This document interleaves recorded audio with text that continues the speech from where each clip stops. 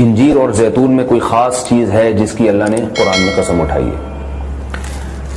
اللہ تعالیٰ کی عادت ہے کہ کبھی بھی اپنے پیغمبروں کی خوراک وہ چیز نہیں بناتے جو صحت کے لیے نقصان دہ ہو، اور قرآن میں ایسی چیز کا تذکرہ نہیں کرتے بطور نعمت کے جو صحت کے لیے نقصان دہ ہو۔ تو اس یقیناً انجیر اور زیتون میں کوئی اضافی چیزیں ہیں کہ اللہ نے قرآن میں انار کا بھی ذکر کیا، اللہ نے انگور کا بھی ذکر کیا، مگر میرے علم میں ایسی کوئی آیت نہیں جس میں انار یا انگور کی قسم اٹھائی ہو۔ تو یہ بھی یقیناً بہت بہترین پھل ہیں، لیکن انجیر اور زیتون کی اللہ قسم اٹھا رہے ہیں کہ یہ گواہ ہے کہ انسان بہت بہترین ہے۔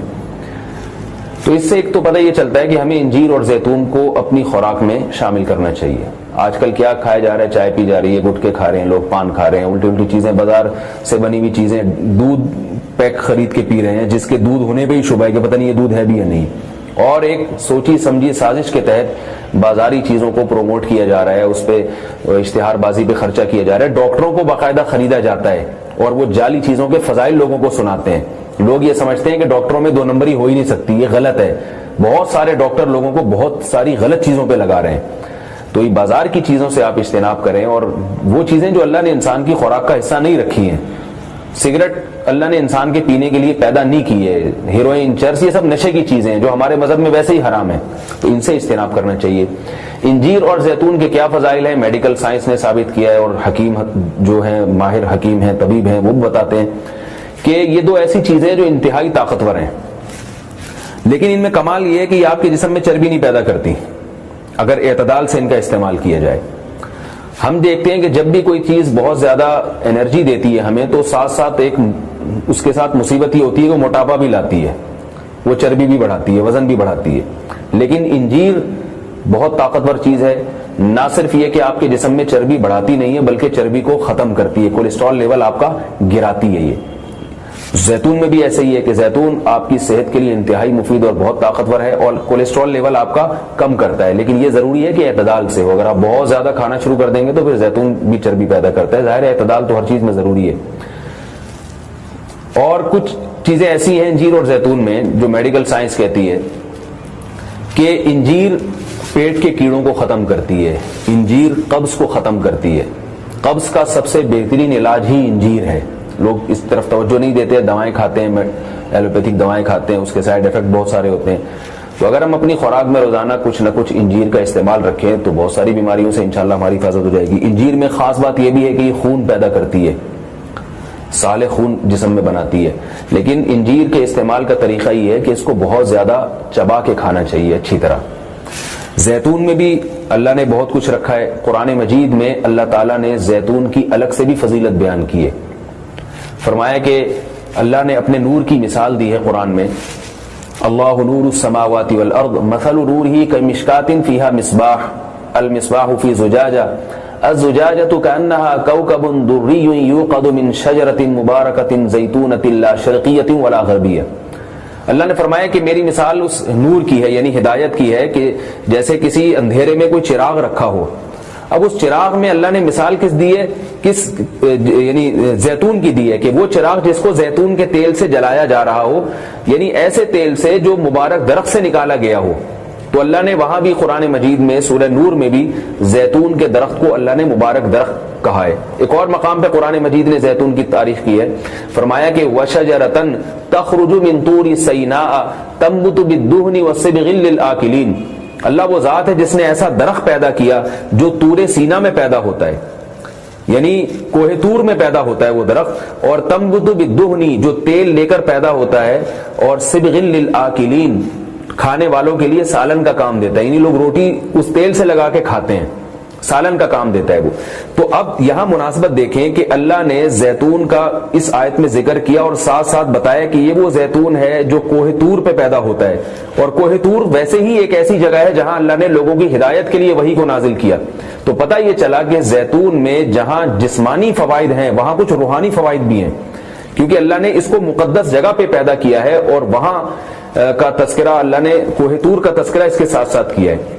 اور اس آیت میں بھی ایسا ہی ہے، جہاں اللہ نے زیتون کا ذکر کیا آگے فوراً وطور سینا کوہ طور کی اللہ نے قسم اٹھائی ہے. تو اس سے پتہ چلتا ہے کہ زیتون میں جہاں جسمانی فوائد ہیں کچھ روحانی فوائد بھی ہیں. روحانی کا مطلب یہ کہ اس کے کھانے سے عین ممکن ہے کہ آپ کی کچھ روحانی ترقی بھی ہو, شاید اللہ کی محبت میں اضافہ ہو, گناہوں سے نفرت پیدا ہو, یا اس کے اس سے جسم میں کوئی ایسی تبدیلی آ. میں کوئی یقینی بات نہیں کر رہا, لیکن قرآن میں اس طرف اشارہ ملتا ہے. اس سے ہمیں کیا پتہ چلتا ہے کہ یہ جو ہم مختلف قسم کے کوکنگ آئل استعمال کر رہے ہیں, ان سے آہستہ آہستہ اپنی جان چھڑانی چاہیے اور نیچرل چیزوں پہ آنا چاہیے. ایک آپ کو میں ایک تحقیق یہ بھی بتاتا ہوں کہ میڈیکل سائنس یہ کہتی ہے کہ یہ جو کولیسٹرول ہے نا اور جو چربی ہے یہ دیسی گھی سے نہیں پیدا ہوتی. یہ ہم جو آرٹیفیشل آئل استعمال کر رہے ہیں جن میں پتہ نہیں کیا کیا ملایا جاتا ہے, اس سے نقصان ہوتا ہے, جبکہ لوگ دیسی گھی سے اجتناب کرتے ہیں. اگرچہ ابھی میرا موضوع دیسی گھی نہیں ہے, میں صرف یہ بتانے کے لیے کہ جو قدرتی چیزیں ہیں وہ آپ کی صحت کے لیے نقصان دہ نہیں ہیں. آپ کھانے میں اگر زیتون نہیں استعمال کر سکتے تو دیسی گھی استعمال کرنا شروع کر دیں, تو انشاءاللہ اس سے بھی جو بہت ساری بیماریاں ہارٹ کی اور بلڈ پریشر کی اور پتہ نہیں کیا کیا بیماریاں پیدا ہو رہی ہیں اس میں بھی انشاءاللہ کمی آئے گی. اور یہ بھی ہمیں اس آیت سے سبق ملتا ہے کہ آپ قرآن مجید کا معجزہ دیکھیں. ابھی چند دن پہلے کسی حکیم کے توسط سے مجھے پتا چلا, انہوں نے مجھے بتایا کہ میں نے پوچھا کہ بھئی انجیر اور زیتون, انجیر کھانے کا سب سے بہترین طریقہ کیا ہے؟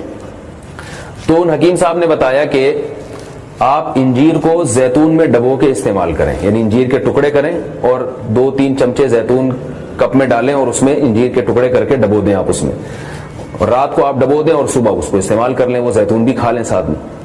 تو اس وقت میرا ذہن اس طرف نہیں گیا. آج جب میں یہ اس آیت کا درس دے رہا تھا تو مجھے خیال آیا کہ یہ تو اللہ نے خود قرآن میں دونوں کا ساتھ ذکر کیا ہے. حکیم تو آج کہہ رہے ہیں 1400 سال کے بعد کہ ان دونوں کا ملاپ بہت بہترین ہے صحت کے لیے, تو قرآن میں اللہ نے کیسے دونوں کا ساتھ ساتھ تذکرہ کیا ہے؟ تو یہ عجیب اتفاق ہے, اور بلکہ قرآن کی بلاغت ہے اور قرآن کا ایک قسم کا معجزہ ہے کہ آج بہت ساری چیزیں جن کی تحقیق ہو رہی ہیں وہ قرآن میں اللہ تعالیٰ نے ان کے اشارے پہلے سے دے دیے ہیں. انجیر اگر آپ زیتون میں ڈبو کے استعمال کرتے ہیں تو اس کے کیا فوائد ہیں؟ ایک فائدہ تو یہ ہے کہ انجیر کو چبانا آسان ہو جاتا ہے, ورنہ انجیر بہت سخت چیز ہوتی ہے, اس کا چبانا آپ کے لیے مشکل ہے. جب آپ اس کو زیتون میں ڈبو دیں گے, آپ صبح جب کھائیں گے تو آپ کو پتہ چلے گا کہ وہ نرم ہو گئی ہے, اس کا کھانا آسان ہے. اور دوسرا فائدہ یہ کہ اس سے زیتون کا کھانا بھی آسان ہو جاتا ہے.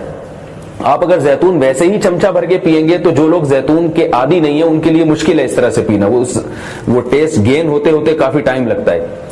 جب آپ انجیر کو زیتون میں ڈبو دیں گے تو کیا ہوگا کہ وہ کافی حد تک تیل جو ہے وہ انجیر اس کا جذب کر لے گا. پھر جب آپ استعمال کریں گے تو وہ تیل کا استعمال بھی ہوگا, مگر وہ تیل کی ایک خاص قسم کی جو ایک مہک ہوتی ہے جس سے بعض لوگ جس کو پسند نہیں کرتے, تو اس مہک سے بھی آپ کی جان چھوٹ جائے گی اور آپ وہ آسانی سے کھا سکیں گے. دوسرا فائدہ اس کا یہ ہوتا ہے کہ یہ جو کمبینیشن ہے انجیر اور زیتون کا, کچھ فائدے انجیر میں ہیں جو زیتون میں نہیں, کچھ فائدے زیتون میں ہیں جو انجیر میں نہیں. تو یہ کمبینیشن ایسا ہوتا ہے کہ آپ کو ایک صحت کے لیے ایک بہترین ٹونک مل جاتا ہے, کولیسٹرول لیول آپ کا کم ہو جاتا ہے, قبض آپ کا ختم ہو جاتا ہے. یعنی اطباء یہ کہتے ہیں کہ یہ 2 آتشہ بن جاتا ہے, یعنی انجیر کا فائدہ بھی ڈبل ہو جاتا ہے اور زیتون کا فائدہ بھی اس سے ڈبل ہو جاتا ہے. تو جب اللہ نے قرآن مجید میں ایک چیز کا بہت اہتمام سے تذکرہ کیا ہے تو ہمیں اس کو استعمال میں لانا چاہیے. میں نے عربوں کو دیکھا ہے وہ بہت زیادہ انجیر اور زیتون کا استعمال کرتے ہیں, مگر ہمارے ہاں صبح صبح لوگ جیم کا استعمال کر لیں گے, شہد نہیں استعمال کرتے, اور بچوں کو ٹافیاں کھلا دیں گے, انجیر نہیں کھلائیں گے کبھی بھی. میں اپنے والد صاحب کو دیکھتا تھا, وہ ہمیں انجیر لا کے دیا کرتے تھے, ہم کھاتے تھے اس کو شوق سے, والد صاحب خود بھی استعمال کرتے تھے. تو والدین کو چاہیے کہ بچوں کو ان چیزوں پہ ڈالیں. میٹھا کھانے کا بچوں کو شوق ہوتا ہے, تو آپ ٹافی یا چاکلیٹ کے بجائے آپ ان کو انجیر کھلا دیں, آپ ان کو کوئی ایسے پھل فروٹ کھلا دیں, شہد کھلا دیں. تو ان چیزوں پہ لانا چاہیے, کیونکہ اللہ تعالیٰ نے صحت کی حفاظت کا بھی ہمیں حکم دیا ہے, قرآن و سنت میں اس کا بہت تاکید سے حکم ہے. خوب سمجھ لو, بعض دفعہ ایسا بھی ہوتا ہے کہ آپ سحری میں پانی پینا بھول گئے اور پتہ چلا سحری کا وقت ختم ہو گیا. اوبے یار پانی تو پیا ہی نہیں ہے, اوئے ہوئے ہوئے, ایسا ہوتا ہے. کوئی بات نہیں, اب گیا, ٹھیک ہے نا, یہ کوئی شرعی عذر نہیں ہے.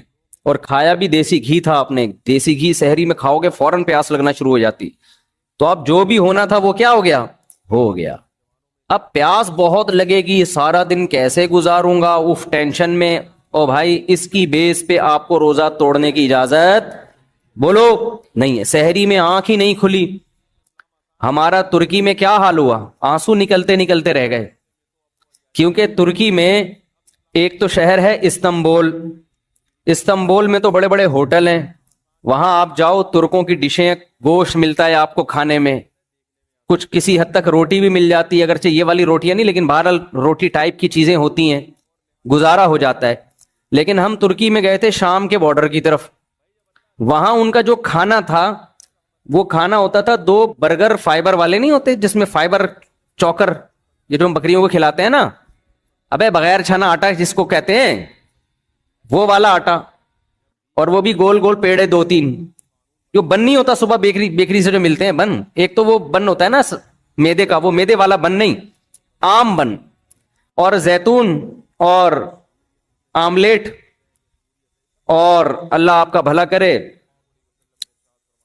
اس ٹائپ کی چیزیں بس سمجھ لیں. ہمیں چاہیے کھانا بھائی, ہمارے پیٹ میں جب روٹی کا بھاری نوالا جب تک نہ گرے ہمیں تسلی نہیں ہوتی.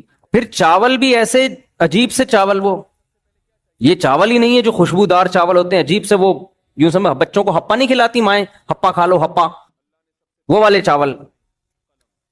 اب ہوا یہ کہ ایک دن آدمی کھائے, 2 دن کھائے, 3 دن کھائے, بھائی پیٹ میں آتے پریشان ہو گئی ہیں, اور پھر رمضان شروع ہونے والا ہے, کیسے گزارا ہوگا. اور میرے ساتھ تھے ہمارے ماشاءاللہ پٹھان سوات کے کوہاٹ کے, اس کو تو چاہیے کوئی بھاری بھرکم نوالا, ہمیں بھی ایسے ہی. اب کیا ہو رہا ہے کہ ہم نے 4 بجے وہی کھایا ان کا نا, وہ عجیب سا بالکل وہ فائبر ہی تھا بس, وہ کولیسٹرول کم کرنے کے علاوہ کوئی کام نہیں کر رہا تھا. وہ 4 بجے کھایا, پھر رات کا کھانا ہم نے کھایا نہیں. ہم نے کہا اب صبح سحری میں ڈٹ کے کھائیں گے. 4 بجے کا بندہ کھایا ہوا, صبح جب سحری ہمارے پاس آئی ہے, پہلا روزہ ترکی میں تھا, پھر ہم وہاں حرم چلے گیا تھا میں, تو جب سحری ہمارے پاس آئی ہے تو وہی 2-3 ڈیزائن رکھے ہوئے تھے ہمارے سامنے. یہ زیتون ہے, یہ شہد لے لیں آپ, یہ پنیر لے لیں, بھائی کھانا دو اللہ کے بندو, کیا چاہیے, حالت خراب ہو رہی ہے یار. پھر چلنا, سردی اتنی شدید, سردی میں تو ایسی بھوک لگتی ہے, اور پھر سارا دن کا روزہ رکھ کے کام کیسے ہوگا. تو میری تو حالت یہ تھی, وہ دیکھ کے نا میرے آنسو نکلتے نکلتے رہ گئے. میرا دل کیا میں پھوٹ پھوٹ کے کہیں جا کے روؤں میں. تو میرا تو پھر بھی تسلی یہ تھی کہ چلو سفر ہے, ابھی حرم شریف جا رہے ہیں, مدینہ وہاں جدہ جانا تھا تو وہاں جا کے کھا لیں گے. لیکن ان ساتھیوں پہ بہت ترس آیا, تو وہ میں نے پھر حرم میں 3-4 دن گزارے. وہ وہاں سے مجھے نا افطاری اور سحری کی تصویریں بنا کے بھیجتے رہے کہ مفتی صاحب افطاری میں یہ ہے, سحری میں یہ. بڑی ہمت ان ساتھیوں کی, ابھی بھی وہیں پر ہیں, اللہ تعالیٰ ان کو جزائے خیر دے. تو اس لیے ہمیں جو یہاں کھانے ملے ہوئے ہیں نا, صحت کا بے شک بیڑا غرق کریں, لیکن مزہ بہرحال مزہ آتا ہے یار. نوالا پیٹ میں گرتا ہے, میں نے کہا ہمیں تو پراٹھا چاہیے, کچھ نوالا پیٹ میں گرے, ٹھا کر کے آواز آئے. یہ جو ہم عجیب سی چیزیں کھا رہے ہیں, چوکر فائبر, منہ میں جا کے غائب ہو جاتا ہے. وہ شہد گرے گا پیٹ میں, کیا پتا چلے گا. شہد بھی اگر ہے تو روٹی سے نا, صحت کی بات نہیں کر رہا. ہو سکتا ہے ڈاکٹر سارے وہاں پہنچ جائیں ترکی کے, یار اتنی اچھی بہترین ہمیں فیڈ مل رہی ہے وہاں پہ, اور بہترین ہمیں خوراک مل رہی ہے, لیکن وہ پیٹ میں نوالا جو ہے نا بڑا مسئلہ ہو رہا تھا, کہاں سے کہاں. تو میں اس پہ کہہ رہا تھا, اب میں وہاں جا کے یہ کہتا کہ یار چونکہ ہمارے مطلب کی سحری نہیں ہے اور رات شام 4 بجے کھانا کھایا ہوا ہے تو ہم روزہ چھوڑ دیں. سفر کی بیس پہ چھوڑنے کی تو اجازت تھی, اس بیس پہ نہیں چھوڑ سکتے کہ ہمیں سحری کیا مل رہی ہے, ہماری مرضی کی نہیں مل رہی.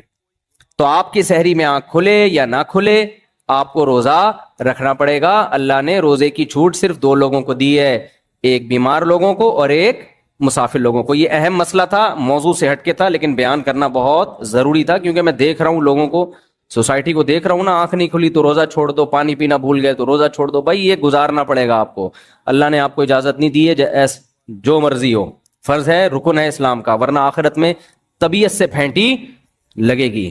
ہاں 2 صورتوں میں توڑنا جائز ہے, موت کا خطرہ ہو جائے یا بیمار ہونے کا. بول لو نا کیا ہو گیا, جملہ کمپلیٹ کر لیں.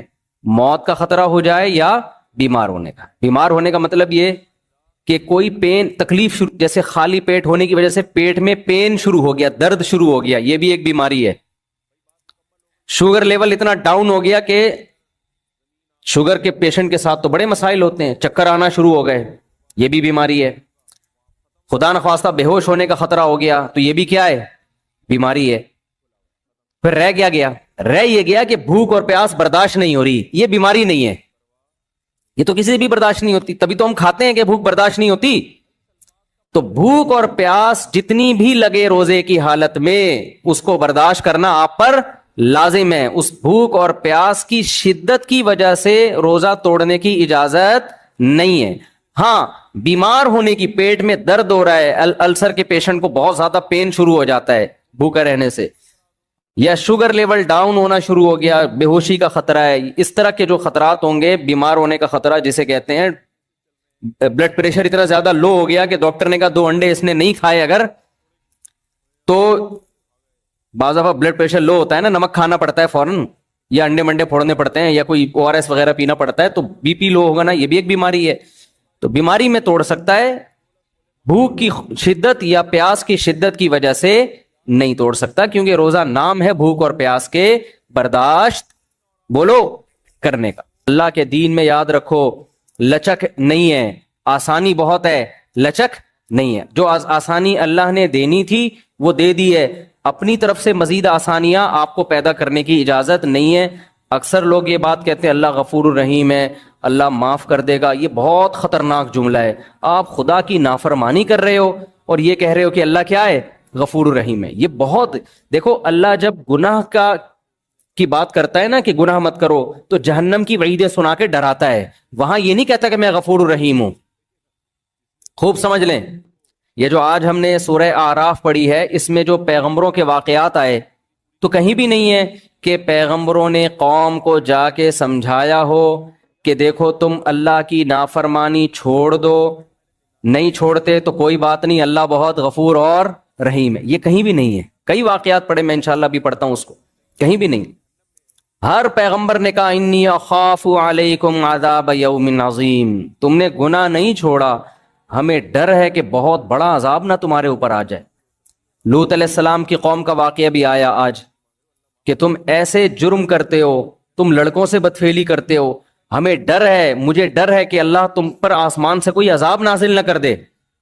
تو قوم نے کیا جواب میں کہا ہے؟ قوم نے جواب میں کیا کہا کہ بھئی لے آؤ اللہ کا عذاب۔ وہ کہہ رہے ہیں توبہ استغفار کرو، چھوڑو اس جرم کو، عذاب آئے گا۔ قوم جواب میں کیا کہہ رہی ہے کہ بھئی آپ بہت پاک دامن ہو، آپ علاقہ چھوڑ کے چلے جاؤ۔ تو جواب میں لوط علیہ السلام نے یہ نہیں کہا کہ نہیں عذاب نہیں آئے گا، اللہ کیا ہے؟ بہت غفور اور رحیم ہے۔ ہمارے ساتھ مسئلہ یہ ہے کہ جو چیز جہاں کی ہوتی ہے ہم وہاں نہیں فٹ کر رہے ہوتے اس کو۔ دیکھو یہ رمضان ہے نا، اس میں پکا عزم کرو، قرآن الحمد سے لے کے والناس تک ایک ہی بات کرتا ہے، اپنا عقیدہ درست کر لو اور اپنا عمل درست کر لو اور اللہ کی طرف آ جاؤ۔ یہ عبادتیں ہمیں کیوں دی گئی ہیں؟ روزہ ہمیں کیوں دیا گیا؟ تراویح کیوں دی گئی ہے؟ تاکہ ہمارے دل میں اللہ کی محبت پیدا ہو جائے اور ہم اللہ کی نافرمانی کو چھوڑ دیں۔ جتنی ڈسکشن پیغمبروں کی قوموں کے ساتھ ہوئی ہے وہ ساری آج کے حالات پہ منطبق ہوتی ہے۔ وہ سمجھا رہے ہیں گناہ چھوڑو، گناہ چھوڑو، گناہ چھوڑو ورنہ عذاب آئے گا، عذاب آئے گا، عذاب آئے گا۔ اور آج آپ دیکھو جب کسی سے بات کرو گناہ چھوڑو عذاب آئے گا، وہ کہے گا بھئی اللہ غفور رحیم ہے، اللہ معاف کرنے والا، تو کون ہوتا ہے؟ فوراً جواب میں کیا کہے گا؟ تو کون ہوتا ہے بھائی بات کرنے والا؟ اللہ ہے، میں جانوں، اللہ جانے، تو کون ہوتا ہے؟ بہت خطرناک جملہ ہے، بہت ڈینجرس جملہ ہے، ڈرنا چاہیے ایسے موقع پہ۔ تو اللہ نے جو کہا نا کہ میں غفور الرحیم ہوں، کن لوگوں کے لیے کہا؟ وَمَن يَعْمَلْ سُوءًا أَوْ يَظْلِمْ نَفْسَهُ، قرآن کہتا ہے جو بھی گناہ کر بیٹھے گا یا اور کسی طرح سے اپنی جان پہ ظلم کر بیٹھے گا، ثُمَّ يَسْتَغْفِرِ اللَّهَ، اب اس کو خیال آ گیا کہ میں نے غلط کیا ہے، اب اس کو خیال ہو گیا، کیا ہوا؟ بولے نا میں نے غلط کیا، مجھ سے مسٹیک ہو گئی ہے، بھائی یہ تو اس کی سزا کیا ہے؟ جہنم کی آگ۔ یہ خیال نہیں ہے کہ کوئی بات نہیں اللہ تو غفور رحیم ہے، چلو یار چلتا ہے، ابھی تھوڑا ڈیلے کر دیتے ہیں، ابھی تو جوان ہے، جب بڑھاپے میں تو ویسے ہی سب کچھ چھوٹ جاتا ہے، جب منہ میں دانت ہی نہیں رہیں گے تو سود چھوڑ دیں گے کھانے کے لیے منہ میں دانت؟ ارے سود کھانے کے لیے بھی تو منہ میں دانت ہونے چاہیے نا، حرام کھانے کے لیے منہ میں دانت ہونے چاہیے۔ تو جب بوڑھے ہو جائیں گے تو منہ میں دانت رہیں گے ہی نہیں، تو توبہ کر لیں گے ہم۔ تو یہ نہیں ہے، قرآن کیا کہتا ہے؟ وَمَن يَعْمَلْ سُوءًا أَوْ يَظْلِمْ نَفْسَهُ، جس نے بھی اپنی جان پہ ظلم کیا، ثُمَّ يَسْتَغْفِرِ اللَّهُ، پھر اس کو خیال ہو گیا یار یہ میں غلط ٹریک پہ جا رہا ہوں، زنا کا راستہ صحیح راستہ ہے یا غلط راستہ ہے بتاؤ؟ شراب کا راستہ صحیح راستہ ہے یا غلط راستہ ہے؟ داڑھی کٹانے کا راستہ صحیح ہے یا داڑھی رکھنے کا راستہ صحیح ہے؟ ذرا بول دیں منہ سے کائنڈلی۔ رکھنے کا، یہ اللہ کے نبی کا حکم ہے بھائی، ماں باپ کی نافرمانی ان کے سامنے بد کلامی کا راستہ صحیح ہے یا ماں باپ کے سامنے سر جھکانا ان کے سامنے اف نہ کرنا یہ راستہ صحیح ہے؟ ان کی فرما برداری والا راستہ ہے۔ عورت کا اپنے شوہر کی نافرمانی والا راستہ کہ میرے وہی رائٹ ہیں جو آپ کے، آپ کون ہوتے ہو مجھ پر اونچی آواز سے بات کرنے والے، میں کیوں مانوں، میری اپنی لائف، آپ کی اپنی لائف، یہ والا راستہ صحیح ہے؟ یا عورت کہے کہ آپ میرے شوہر ہیں، میرے سر کے تاج ہیں، میں آپ کے ماتحت ہوں، میں آپ کی فرما برداری میں عزت اور فخر محسوس کرتی ہوں، یہ والا صحیح ہے؟ بتاؤ نا۔ خواتین جو بیان سن رہی ہیں کائنڈلی وہ بھی بولیں منہ سے۔ یورپ جو ہمیں راستہ سکھا رہا ہے، جو لبرل لوگ ہمیں راستہ سکھا رہے ہیں، وہ مرد اور عورت کی مساوات کا، بغاوت کا راستہ۔ ابھی میں سعودی عرب میں تھا، ایک صاحب نے مجھے واقعہ سنایا کہ میری بیگم نے مجھے کہا کہ مجھے جاب کرنی ہے۔ میں نے کہا تمہیں ضرورت کیا ہے بھائی جاب کرنے کی، سارے خرچے میں اٹھا رہا ہوں، کوئی کمی ہو تو بتاؤ۔ اس نے کہا نہیں، میری پرسنل لائف، انگلش تو اب سب کو آ گئی ہے، میری پرسنل لائف ہے، آپ کون ہوتے ہو مجھے روکنے والے؟ کہہ رہے ہم نے کہا بھائی میں نہیں، آپ کو کہیں جانا ہے تو بتائیے کیا ضرورت، کس چیز کی ضرورت ہے؟ نہیں جی بس مجھے یہی ہے کہ میں نے جاب کرنی ہے، میں اس گھٹن کے ماحول میں نہیں رہ سکتی۔ گھر کے ماحول کو کیا کہا جانے لگا ہے؟ گھٹن کا ماحول۔ گھٹن گھر میں نہیں ہوتی، جیل میں ہوتی ہے، گھر جیل نہیں ہے۔ دیکھو قرآن میں اللہ نے عورت جو پاک دامن عورتیں ہیں ان کے لیے محصنات کا لفظ استعمال کیا، مقیدات کا لفظ استعمال نہیں کیا۔ بہت اہم پوائنٹ کی بات ہے نوٹ کرنے کی۔ یہ آج پہلا بیان ہے نا، اس کو تمہیز سمجھیں آپ آگے کے بیانات کی۔ پہلے ہی سمجھ میں نہیں آئے گا تو آگے کچھ نہیں سمجھ میں نہیں آئے گا، پہلا سمجھ میں آئے گا تو آپ کو پتا ہے کہ میں نے کس ٹریک پہ چلنا ہے، آگے قرآن سے میں نے کیا سیکھنا ہے۔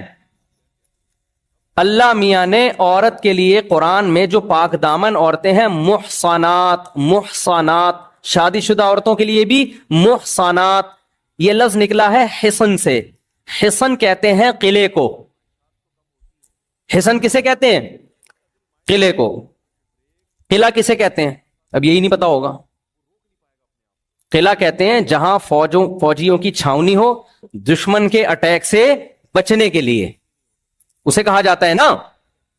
اس میں آرمی باؤنڈ ہوتی ہے، فوج بند ہوتی ہے اس کے اندر، تاکہ باہر سے کوئی دشمن حملہ کرے تو ہم اس حملے کو روک سکیں۔ قلعے کی دیواریں اتنی موٹی ہوتی تھیں کہ وہ باہر سے توپ سے بھی حفاظت، تیر اور تلواروں سے بھی حفاظت، اور اس میں ضرورات زندگی کا سارا سامان قلعے کے اندر موجود ہوتا ہے۔ اس میں وہ باؤنڈ ہوتے ہیں، بند ہوتے ہیں۔ ایک ہوتا ہے جیل، جیل کے اندر بھی لوگ بند ہوتے ہیں۔ کیا خیال ہے بھائی؟ جیل کے اندر بھی بند ہوتے ہیں اور قلعے کے اندر بھی بند ہوتے ہیں۔ کھانا جیل کے اندر بھی ملتا ہے، قلعے کے اندر بھی ملتا ہے۔ تیر جیل کے اندر بھی نہیں جاتے اور قلعوں کے اندر بھی نہیں جاتے۔ لیکن آپ کو اگر آپشن دیا جائے جیل میں رہنا پسند کریں گے یا قلعے میں، تو کہاں جاؤ گے آپ؟ قلعے میں۔ کیوں؟ آپ کو پتا ہے جیل وہ چیز ہے جس میں بطور سزا کے بند کیا جاتا ہے۔ جو تیر پھینک رہا تھا نا، اس کو پکڑ کے لا کے اندر کر دیا جاتا ہے اپنی حفاظت کے لیے۔ اور جو قلعے میں ہوتا ہے وہ سیو ہوتا ہے۔ تو حصن، ہا، صاد اور نون، حلوے والی ہا، صاد، وہ یہ والا صاد، اور کیا ہے آخر میں؟ نون۔ تو محسن، محسن اسے کہا جاتا ہے جو قلعے میں سیو ہو، محفوظ ہو۔ قلعے میں لوگ محفوظ ہوتے ہیں، قید نہیں ہوتے، کیونکہ قلعہ تو ہم خود بناتے ہیں۔ تو کوئی انسان پاگل ہے اپنے آپ کو قید کرنے کے لیے قلعہ بنائے گا؟ جیل دوسروں کے لیے بنائے جاتے ہیں، اپنے لیے نہیں بنائے جاتے۔ قلعے اپنے لیے بنائے جاتے ہیں، دشمنوں کے لیے نہیں بنائے جاتے۔ تو اللہ نے وہ عورت جو پاک دامن ہے، شادی شدہ ہے، اس کے لیے محصنات کا لفظ استعمال کیا۔ محصنات کا مطلب جو قلعے میں محفوظ ہوتی ہے، شوہر کی حفاظت اور گھر کی چار دیواری کی حفاظت۔ اس حفاظت کو آج مغربی دنیا نے جیل خانے سے تعبیر کر دیا۔ کس سے تعبیر کر دی؟ یہ قید ہے۔ گھر میں کیا؟ یہ عورت قید ہے، شوہر کی پابند ہے تو گویا قید ہے، غلام ہے۔ یہ قید نہیں ہے، یہ کیا ہے؟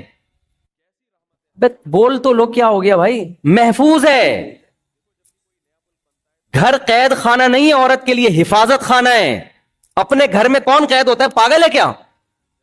ابے بھائی جب انسان سفر سے آتا ہے, آپ بولو گے پہلا بیان ہی ابے تبے سے شروع کر دیا, تو مجھے ایک بات بتاؤ نا, جب ہم سفر سے آتے ہیں گھر کی طرف بھاگتے ہیں نا, اگر وہ قید خانہ ہوتا تو سفر سے تو انسان کو تھکاوٹ ہوتی ہے, وہ گھر کیوں بھاگتا ہے؟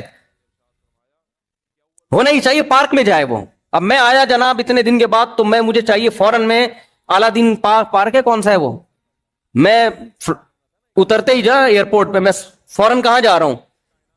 اعلیٰ دین پارک میں, بی اما پارک میں جا رہا ہوں, یہاں بی اما پارک بھی ایک, یا اور کسی پارک میں جا رہا ہوں. تو لوگ کہیں گے مولوی صاحب ہو کیا گیا؟ میں کہوں گا گھر چار دیواری قید, یہ پارک کھلا ڈلا, کھلا آسمان, کوے, جو مرضی کرو. وہ کہیں گے بھائی آپ کا گھر میں آپ جو مرضی کرو یار, یہاں مولوی صاحب ایسے لیٹو گے کوئی تصویر بنا کے ڈال دے, یہاں قمیض اتار کے نہیں بیٹھ سکتے آپ.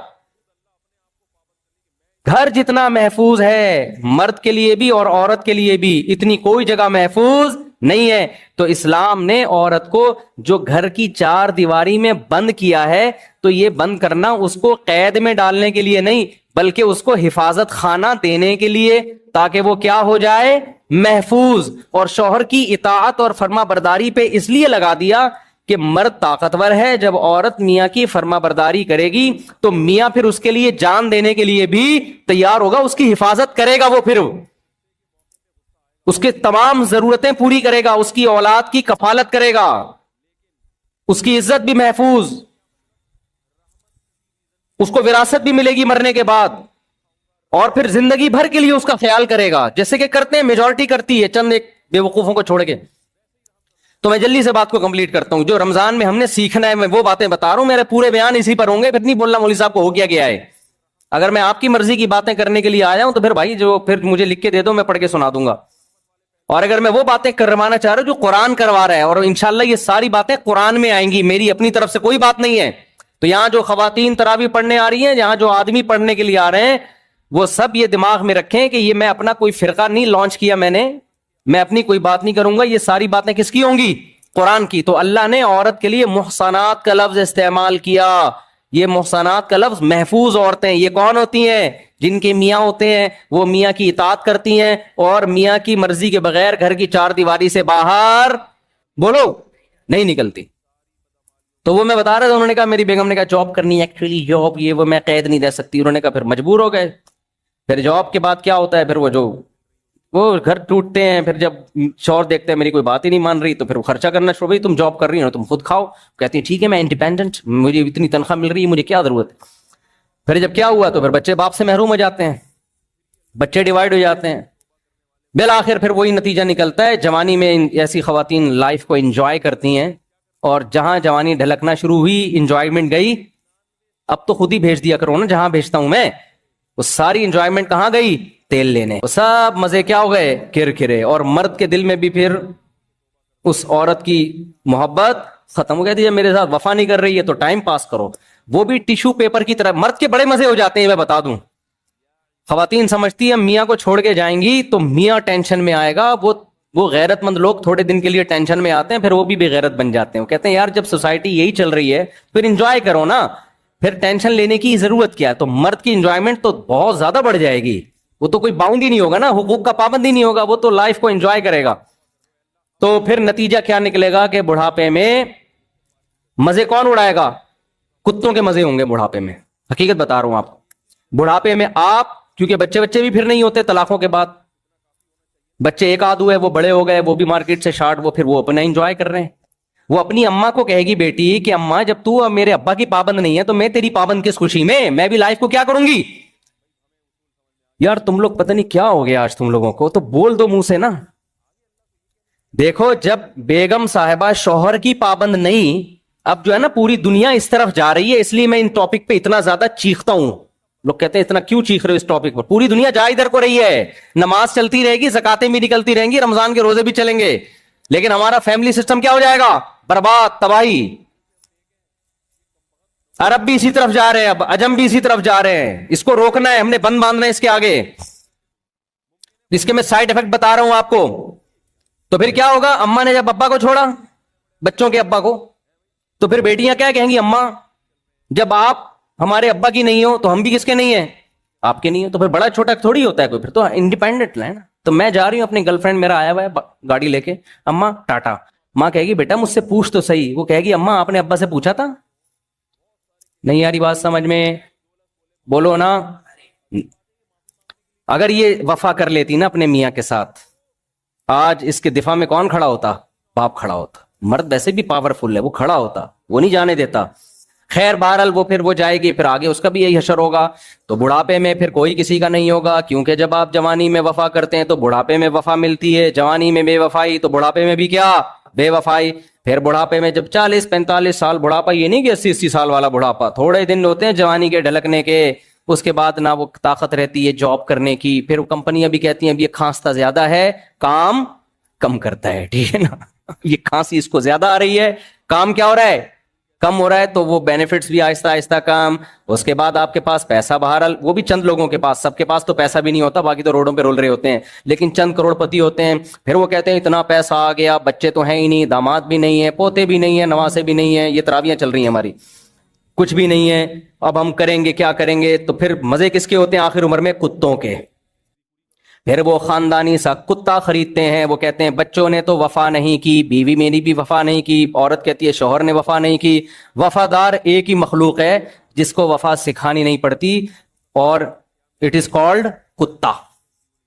وہ قدرت نے اس میں وفا کے سافٹ ویئر انسٹال کر دیے, کیونکہ انہوں نے تو وفا کی نہیں. کتے کو دیکھتے ہیں کہ یار بچے کو کھانا کھلایا تھا ہم نے بچپن میں, اسکول کی فیسیں بھری تھی, اس کی گرل فرینڈ ملی, ٹاٹا کر کے چلا گیا.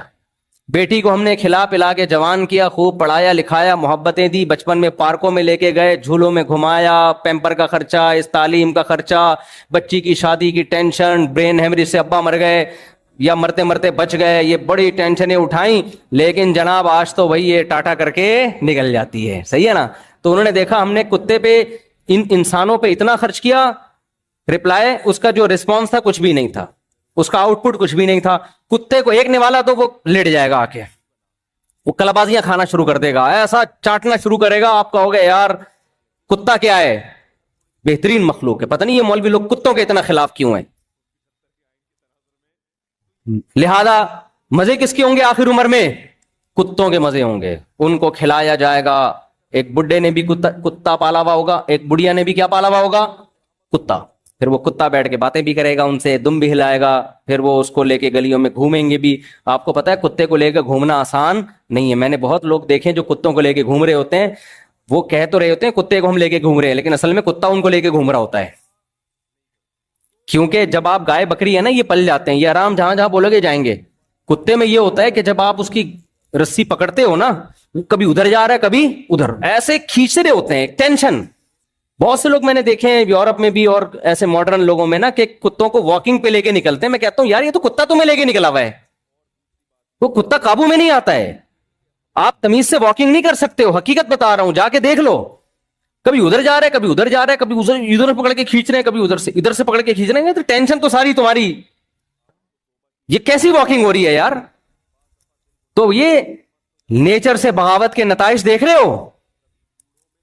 نہیں دیکھ رہے نا, کر لو جو کرنا ہے کر لو. آپ اپنی منمانی زندگی گزارو, خدا کی قسم اسلام پہ آ جاؤ. مجھے اتنا, یہ جب قرآن رمضان میں تو قرآن زیادہ سننے کا پڑھنے کا موقع ملتا ہے, اتنا خوشی ہوتی ہے خدا کی قسم, اتنی, یا اللہ تو نے ہمیں کیسی کتاب دے دی, کتنی پیاری کتاب دے دی. ایسے 2 اور 2 4 کی طرح اس نے ہمارے لیے زندگی متعین کر دی. ایسے چلنا ہے, ایسے نہیں چلنا جیسے لوگ کہہ رہے ہیں. کتنا فائدہ, ذہنی سکون بھی. دیکھو گناہ ایک ایسی چیز ہے, برائی ایک ایسی چیز ہے. میں پہلے وہ ٹاپک کمپلیٹ کر لوں. تو صحیح راستہ اور غلط راستہ, تو عورت کے لیے کیا ہے؟ شوہر کی نافرمانی والا راستہ ہے یا فرما برداری والا؟ فرما برداری والا. اسی طرح مرد کے لیے بھی ہے بھائی. ایک ہے بیوی بچوں کے ساتھ بدتمیزی سے بات کرنا اور ان پہ ہاتھ کھلا نہ رکھنا, کنجوس مکھی چوس بن کے رہنا. باہر نہاریاں برگر پھوڑ رہا ہے, پیزے کھا رہا ہے, گھر والوں کو کھچڑی کھلا رہا ہے. حدیث میں آتا ہے جو خود کھاؤ ان کو بھی کھلاؤ, جو خود پہنو ان کو بھی, جس اسٹینڈرڈ کا خود پہنو ان کو بھی پہناؤ. سمجھتے ہو؟ اور جب گھر میں داخل ہو, آپ کے جتنے اخلاق ہیں باہر, آپ جتنا اچھا دوستوں سے ہنس ہنس کے تمیز سے بات کرتے ہو, تو سب سے پہلے وہ ہنسی مذاق اور وہ کس سے ہونا چاہیے؟ آپ کے بیوی بچوں سے ہونا چاہیے. بہت سے لوگ جب گھر میں آتے ہیں تو گھر والے ڈر جاتے ہیں, آئے کیوں, باہر رہتے تو زیادہ, بولو نا, آتے ہی ٹینشن پارسل کرنا شروع کر دیتے ہیں. جو باس کی ٹینشن ہے وہ گھر میں لا کے گھر والوں کو پارسل کرتے ہیں.